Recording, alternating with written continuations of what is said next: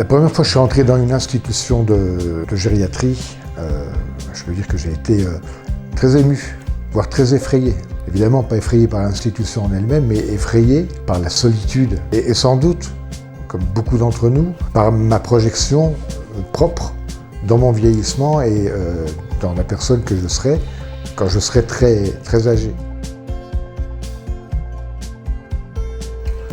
La musicothérapie, de par sa caractéristique elle-même et de par également les problématiques de ces personnes atteintes de maladies neurodégénératives qui sont en perte de mémoire, en perte de repères, donc désorientées. En plus, Alzheimer, cette terrible maladie, n'a pas de solution médicamenteuse. Donc la musicothérapie a cette capacité de pouvoir les reconnecter, réouvrir des canaux de communication, surtout les reconnecter avec leur histoire et surtout reposer de nouveaux repères thérapeutiques pour qu'ils soient moins désorientés.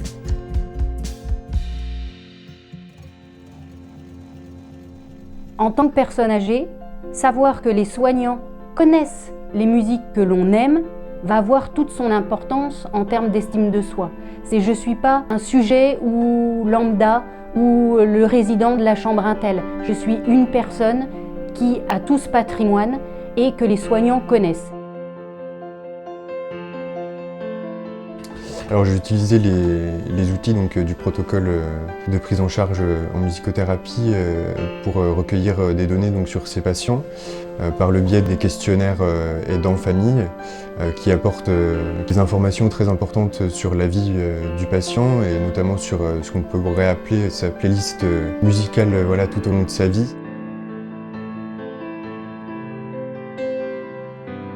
L'atelier voix qui est lui identifié comme atelier choral par les résidents. Il est important parce que c'est un nombre important de personnes qui sont réunies, à la fois résidents, à la fois soignants. Tout le monde se prend au jeu, tout le monde est happé par cette ambiance parce que les chansons qui sont utilisées vont être un peu triées sur plusieurs critères. Sur l'aspect dansant, les musiques qui donnent envie de danser, donc les personnes même en fauteuil coquille, ils peuvent danser dans leur tête. Également les chansons qui vont faire appel à la mémoire, les chansons comme Chevalier de la Table Ronde, mais qui ont des vocations aussi parfois sur l'identité psychosociale, régionale. On a également au milieu de cet atelier une partie qui consiste à faire travailler la mémoire des mots, donc des trous dans les chansons, mais également la mémoire collective. Et autour de la mémoire collective, toutes les chansons qui vont réunir et qui ont accompagné les gens d'un point de vue social, d'un point de vue familial, dans du traditionnel. N'oublions pas que les gens avant chantaient en famille.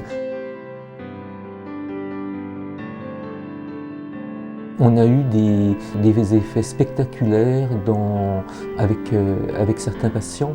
Il y a des patients, notamment Monsieur N, c'était une personne qui était dans le repli complet, qui était un joueur de reggae en fait. Et en renouant à l'évocation effectivement du reggae, avec les musiques de reggae, il était bassiste, il a pu s'ouvrir. Et c'était les premiers mots que ce monsieur a dit depuis des mois et des mois, c'était lors de ces séances de musicothérapie.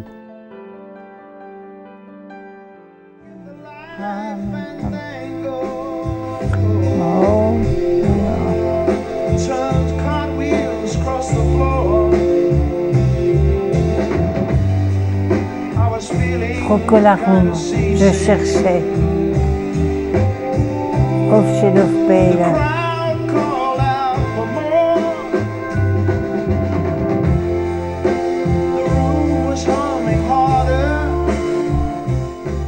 Alors c'est un événement particulier ça? Ah oui, bah oui. Vous savez, toute ma vie. Hein. Oh, pas tout. Ça, c'est mes premiers rendez-vous avec mon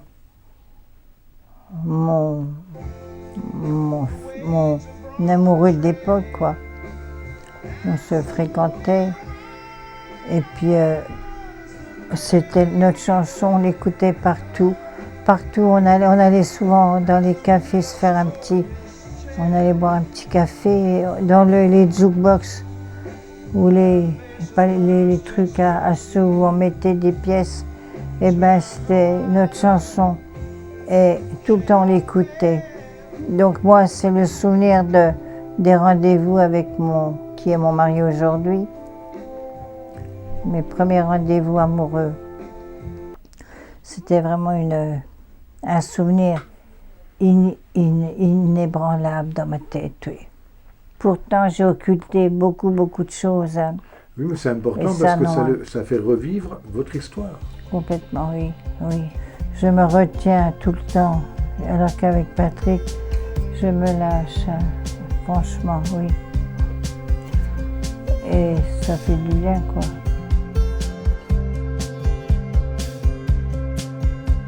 La musicothérapie, j'ai cette profonde conviction qu'elle a complètement sa place dans les institutions, en gériatrie, mais dans bien d'autres problématiques également.